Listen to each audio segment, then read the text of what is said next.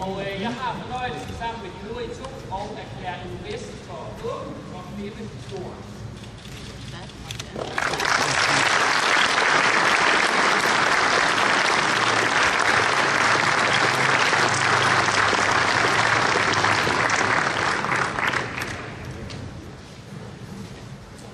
Det er jo en rigtig god dag i dag, og jeg vil sige, at det betyder rigtig meget for mig at være med til at åbne Innovest.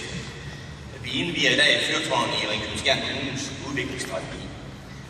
Ja, faktisk endnu et, for som ministeren var inde på, så er vi nået i mål med Ringkøbing-Skjern Kulturcenter, og ude i horisonten der kan vi jo se konturerne af et boligområde Ringkøbing K og en udvikling af Hvide Sande Havn.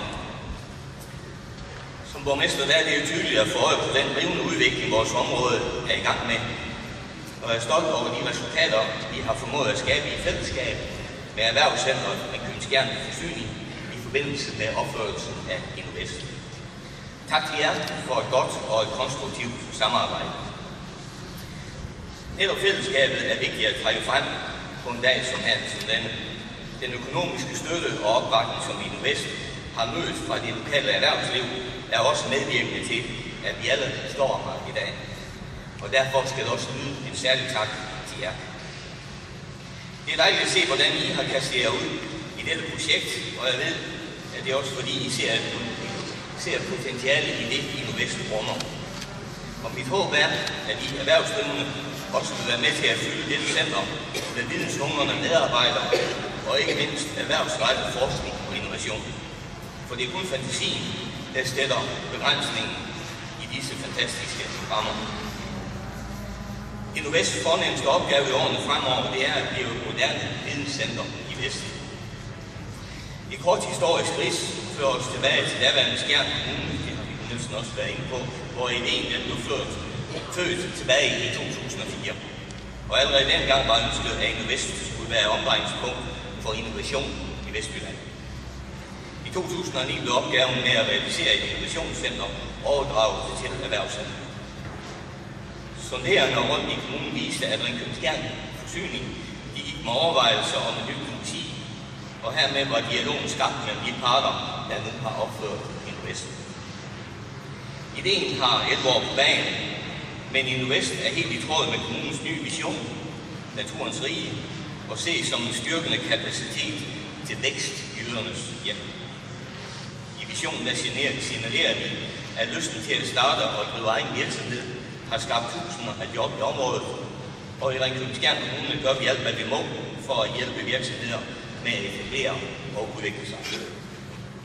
Med Innovest der har vi også skabt et iværksættermiljø i tæt forbindelse med Erhvervscentret, og som understøtter vores vision. Her kan den enkelte iværksætter opleve et kontorfællesskab i et dynamisk miljø med nem adgang til akademiuddannelser, mentorordninger og faglig sparring. Og så må vi godt prale lidt af os selv, som dag som i dag. Ringkøbing-Skjern Kommune har et stærkt og engageret erhvervsliv. Vi er for 3 år gået frem i Dansk Industris erhvervsklimaundersøgelse, og vi er i top 10 over de kommuner, der eksporterer den største andel af de producerede varer. Det vil vi også være om 10 år, men det kræver de rigtige rammevilkår, og her spiller uddannelsesmulighederne en væsentlig rolle. Tanken med Innovest er at målrette kompetenceudvikling, og vi arbejder for at bryde den geografiske binding og begrænsning i forbindelse med adgang til viden og undervisning for medarbejdere inden for de erhverv, vi har i vores område. For det er helt essentielt, at virksomhederne også i fremtiden kan rekruttere den nødvendige arbejdskraft i Vestjylland. Jeg vil derfor gerne benytte dagen i dag til at invitere til dialog med regionen, andre uddannelsesaktører og erhvervsliv, så Innovest fremover indtænkes i en ny uddannelsespolitisk tiltag. Og derfor er jeg også glad for, at uddannelses- og forskningsminister Esben Lunde Larsen er her i dag. Og jeg glæder mig til at følge, hvordan ministeren vil gennemføre regeringens planer om at decentralisere uddannelsesområdet. Det er mit håb, at der fremover tages højde for et områdes styrkepositioner, når der skal placeres nye uddannelser.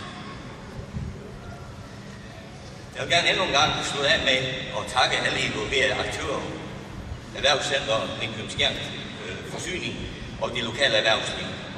I er alle med til at realisere og skabe denne imponerende by. Men en person skal dog have en særlig tak, og det er Viggo Nielsen. Uden dit engagement i den her sag, så får vi jo nået så langt nået til indvielsen her i dag. Du har formået at samle trådene og holde fast i dem gennem hele forløbet. Så kan vi så også konstatere, at sagen startede op i 2004. Det var jo Viggos regeringstid i Skjern Kommune. Og så må vi sige, så er det sådan set også meget passende, at han gør arbejdet færdigt. Men tak til dig, Viggo, for en stor indsats. Som jeg sagde før, så er det kun fantasien, der sætter grænserne for udviklingen i Vest. Vi ser frem til den udvikling, der nu sker. Og så vil jeg bare slutte af med at sige stort tillykke til hele Ringkøbing Skjern Kommune med det, vi har nået i landet.